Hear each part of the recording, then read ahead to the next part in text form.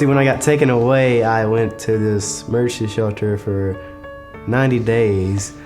And then from there, I went to Miracle Hill Children's Home in Pickens, South Carolina. See, I was there for 4.5 years. And then from there, I went to a foster home, and I was at the foster home for about 5 years. I mainly relied on my brother more when we first got taken, because it was more of I don't have any family in custody here, so I needed somebody to depend on, and he was always there. I don't think I depended on her as much as she depended on me. I was a strong one, and she was more weak than I was at that time of moment. Everybody was like a family. You know, we would eat dinner at the dinner table.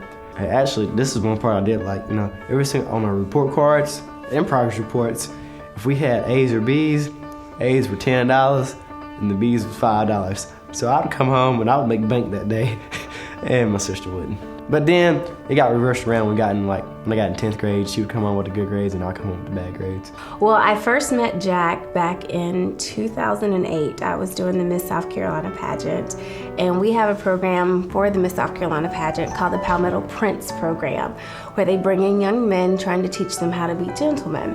And Jack's foster mother asked if Jack could be my prince. And I said, absolutely. I needed a prince, and he wanted to do it. So I met him, and he and I just hit it off right away. I remember meeting him, and we were going to pick up trash in Pickens, and he hopped in my convertible, and we're just going down the street in the convertible, just singing and rapping and having a great time. And it was, from the time I met him, he was family.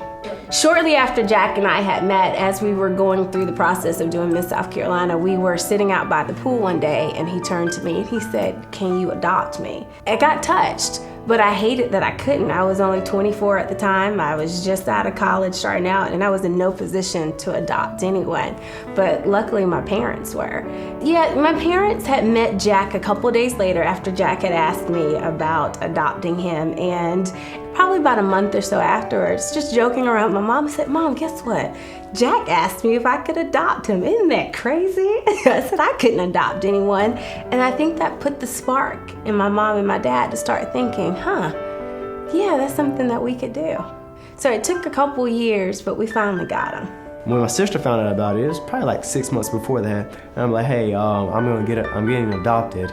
And she was like, what, since when, And I told her, because she really didn't know who it was. I was keeping it on the down low from her, because I didn't want her to have any hard feelings. Well, when he told me, I didn't say anything on the phone, but I was really heartbroken because I felt like my brother was getting taken from me. I was actually on my way back from a football game, and I got a call, picked up my cell phone, like, hey, Jack, it's my dad. That's my dad now.